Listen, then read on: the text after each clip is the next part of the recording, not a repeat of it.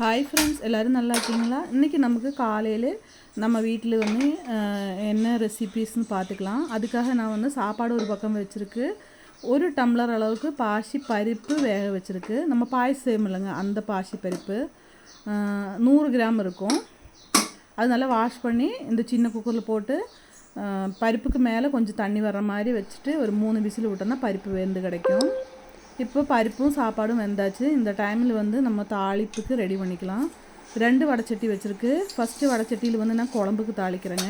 Second வடைச்சட்டியில் பொரியலுக்கு தாளிக்கிறேங்க. ரெண்டுமே same டைமில் பண்ணால் நமக்கு டக்குன்னு வேலையாயிடும். அதுக்காக தான். இப்போ பாருங்கள், கடுகு போட்டாச்சு. கடுகு பொரிஞ்சதுமே நமக்கு சின்ன வெங்காயம் 10, பூண்டு ஒரு 5-6 பூண்டு எல்லாம் ஸ்லைஸாக கட் பண்ணியிருக்கு. அதுக்கப்புறம் 2-3 வரமிளகா போட்டு நல்லா மிக்ஸ் பண்ணி எடுத்துலாம். அதிலே ஒரு அரை ஸ்பூன் ஜீரகம் போட்டிருக்கு. கொஞ்சமாக கறிவேப்பிலை போட்டு நல்லா வணக்கிக்கலாம்.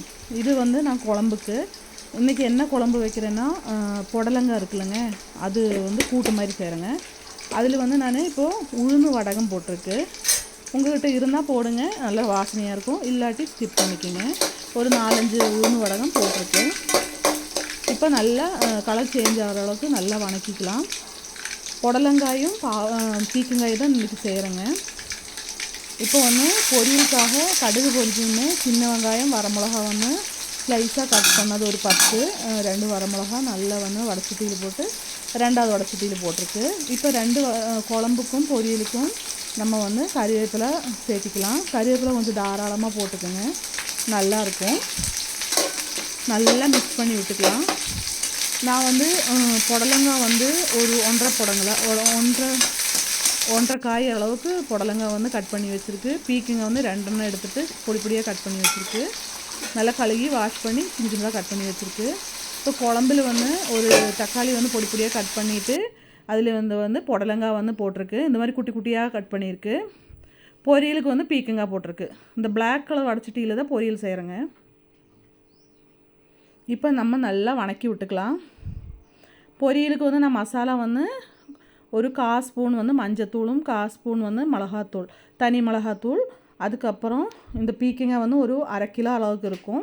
அதுக்கு ஒரு 1/4 ஸ்பூன் உப்பு போட்டிருக்கு. இவ்வளோ மசாலா மட்டும் போதும். நல்லா வணக்கி விட்டுட்டு 1/2 டம்ளர் தண்ணி ஊற்றினா போதும். நீங்கள் தண்ணி ஊற்றுறதுக்கு முன்னாடியே காய் மசாலா எல்லாம் சேர்த்து மிளகாத்தூளும் மஞ்சத்தூள் எல்லாம் பச்சை ஸ்மெல் போகிறதுக்கு நல்லா இந்த மாதிரி ஒரு 2 நிமிஷம் வணக்கி விட்ருங்க. அதுக்கப்புறம் ஒரு 1/2 டம்ளர் தண்ணி ஊற்றினோன்னா பொரியல் ரெடி ஆகிடும். இப்போ குழம்புக்குள்ள தாளித்து விட்டுக்கலாம். தக்காளி ஒரு 2 தக்காளி போட்டுக்குங்க. ஏன்னா நம்ம இதில் இப்போ இந்த குழம்புல நம்ம புளி சேர்த்துறது கிடையாது. அதனால் 2 தக்காளி யூஸ் பண்ணிக்கோங்க. இப்போ குழம்புக்கு 2 ஸ்பூன் சக்தி சாம்பார் தூள் போட்டிருக்கு. அதுக்கப்புறம் 1/4 ஸ்பூன் மஞ்சத்தூள் போட்டுடலாம். அவ்வளோதான் குழம்புக்கு மசாலா. இது நம்ம நல்லா மிக்ஸ் பண்ணிக்கலாம். அதோட பச்சை ஸ்மெல் போகிற அளவுக்கு நம்ம வெயிட் பண்ணிக்கலாம். இப்போ பாருங்கள், நல்லா வணக்கியாச்சு. இந்த டைமில் தான் நான் குழம்புக்கும் பொரியலுக்கும் தண்ணி ஊற்றுறேங்க. ஒரு 5 நிமிஷம் பொரியல் அந்த எண்ணெயிலே வதங்கிட்டு அப்படியே ஸ்லோவாக வெந்துட்டுருக்குது. இப்போ 1/2 டம்ளர் தண்ணி ஊற்றிருக்கு. நிறைய தண்ணி ஊற்ற வேண்டாம். நிறைய தண்ணி ஊற்றினா நம்மளோட காயோட சத்தெல்லாம் வேஸ்ட்டாக போயிடும். பீக்கங்காய் எந்த பொரியல் செய்யறதுனாலும் நீங்கள் ஒரு 1/2 டம்ளர் போட்டாலே உங்களுக்கு அந்த காய் கிடைக்கும். இப்போ பாசிப்பருப்பு உடச்சி வச்சுருக்கு. அதில் இந்த வணக்கி விட்டால் புடலங்காய் உள்ளே போட்டலாம். யாருக்கெல்லாம் புடலங்காய் கூட்டு பிடிக்கும் கீழே கமெண்ட் பண்ணுங்கள். இன்றைக்கி நம்ம வீட்டில் மத்தியானத்துக்கும் காலையிலத்துக்கும் இந்த குழம்பும் பொரியல் தான் ரெசிபீஸு. ஸ்கூலுக்கு இது தான் கொடுத்து விட்றேங்க. ஈஸியாக இந்த மாதிரி நீங்கள் பிளான் பண்ணி செஞ்சோன்னா உங்களுக்கு ஈஸியாக வேலை முடிஞ்சிடும். இப்போ குழம்புக்கு தேவையான 1 ஸ்பூன் உப்பு போட்டு நான் நல்லா க்ளோஸ் பண்ணிவிட்டு ஒரு 2 விசில் விட்டேன்னா நமக்கு குழம்பு வெந்துடும். பொரியல் விசில் வர்றக்குள்ளே பொரியலும் நமக்கு ரெடி ஆகிடும். அட் எ டைம் 2 வேலை ஆயிடுச்சு. இப்போ பாருங்கள், பொரியலெல்லாம் தண்ணியில் வற்றி நல்லா ஃப்ரை ஆகி கிடச்சிருச்சு. இது நம்ம ஸ்கூல் கொண்டு வர ஸ்நாக்ஸ் பாக்ஸ் இருக்குல்லங்க, பொரியல் கொண்டு வர பாக்ஸு, அதில் போட்டுக்கலாம். வீட்டில் ஆஃபீஸுக்கு ஸ்கூலுக்கு எல்லாம் சீக்கிரம் பசங்க போகுதுன்னா நீங்கள் குழம்பு பொரியலெல்லாம் இந்த மாதிரி பிளான் பண்ணி வச்சோன்னா உங்களுக்கு சீக்கிரமாக ஆகிடும்.